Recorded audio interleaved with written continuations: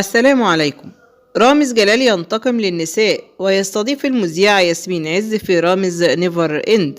استضاف الفنان رامز جلال في ثالث حلقات برنامجه رامز نيفر إند المذاع على قناة MBC مصر المذيعة ياسمين عز مقدمة برنامج كلام الناس على قناة MBC مصر، حيث تسببت تلك الحلقة في ردود فعل واسعة النطاق لنساء مصر الذين رأوا أن تلك الحلقة تمثل انتقاما لهم عما يصدر من ياسمين عز من مناصرة للرجال على حساب النساء.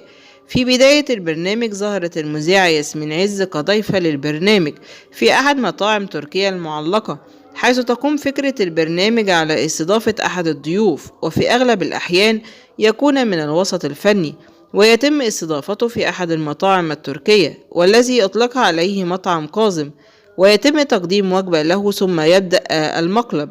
وخلال البرنامج يدخل الفنان رامز جلال مرتديا قناعا بصفته كبير الطهاة في أحد المطاعم التركية مقدما له إحدى الأكلات، ثم يقوم كبير الطهاة بمحاولة تحضير أكلة معينة، وبعدها يفاجئ الضيف بالكثير من الأحداث المتمثلة في حالة هلع نتيجة فك أحد أربطة المطعم وهو معلق في الهواء، كما يتم تحريك الكرسي الذي تجلس عليه المذيعة ياسمين عز بقصد إخافتها وإحساسها بالسقوط من مكان مرتفع.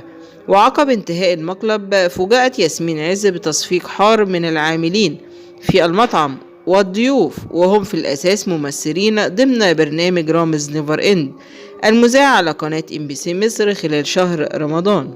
والسلام عليكم.